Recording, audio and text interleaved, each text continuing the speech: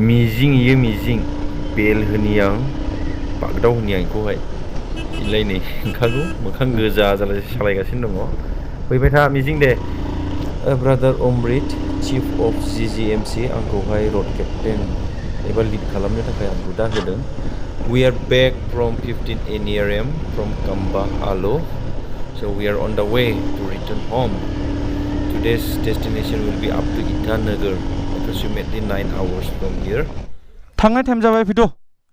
थांनायावसो माबा फट'नो मानो मा जामावनो जाखो स्टार्टआथ' दहायनो जादों ब्रेक लादोंमोन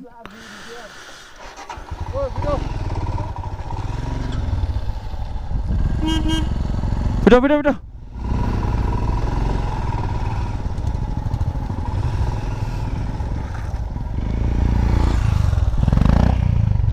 गथ'फोरा गोदान ना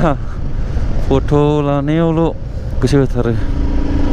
टाइमखौ बांद्राय केयार खालामा जेराव लाखियो एसे गोबाव जिरायदोनो गोसो जायो मानसिफोरा सालायनायाथ' दहायनो सालायदों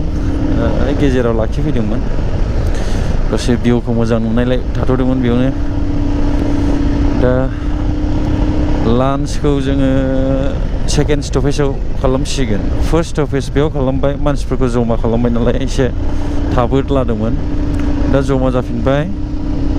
दा बोयै लानानै थांनोसै आङो उननिफ्राय आं एसे रिपर्ट फैयागौ माने बे थांबाय थागोन बियो आंना सालायनाया हिट लकेसना बेखिनियाव नै बरियाथार मा खालामनाय जाखो बिसोरलाय दा किराटासनि नामा बिसोरलाय बहायथो थाबोआ दहायनो ओंखारबोदोंमोन बिसोरो स्टेन्ड नांलायबायलै दासो आदा अमृतनासो थोबाय इयो उन लाबोफाबाय थानो yes किराटासनि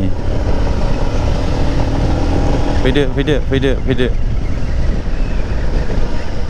wow hit location we are getting late that's why we need to go faster दिफांफोरावलाय माथो दं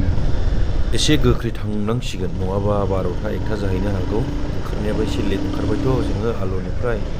11:30 ओंखारनाय जादों आं सिगांग्रोबाय हिनजावगोनलै बिसोरो सिक्किमनि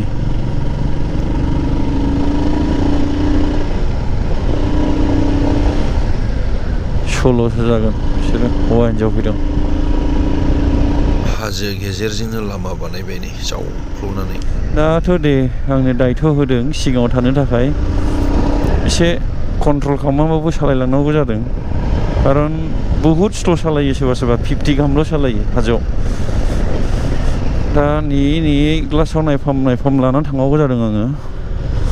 स्टपेजआ दासो खेबसे लाखिदों जोङो बेयावहाय लान्च खालामनोसै सेकेन्ड स्टपेजावहाय बेबो आफ्टार 2 घन्टासो सालायखांनायनि उनाव जेराव हटेल मोजां नुयो बेयावनो लाखिहैनोसै आङो लाखिनायाव गैया उननिफ्राय रिपर्ट हरनांगौ मानि माबा जादों होननानैहाय बासार टाउन बियो बासार जों दाख्लै थाफैदोंमोन फैब्ला बेयावनो मोजां नांदोंना फैबाय थाथोंसैलै आं लाखिहैग्रोनोसै लाखिनानै थाहैनोसै बुंखानाय दंखायो आं जेराव लाखिगोन बेयाव था लाखियाखै माने फैबाय था बुंखानाय दंखायो जानोसैलै ओंखाम दं बेयावहाय इग' केम्प नामा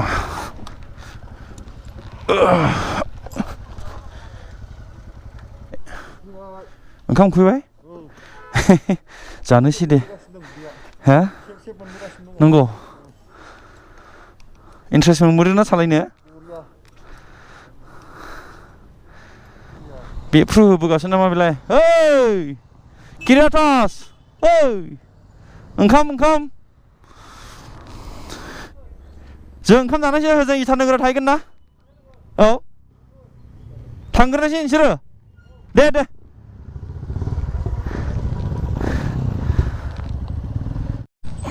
सोंहैनोसै र'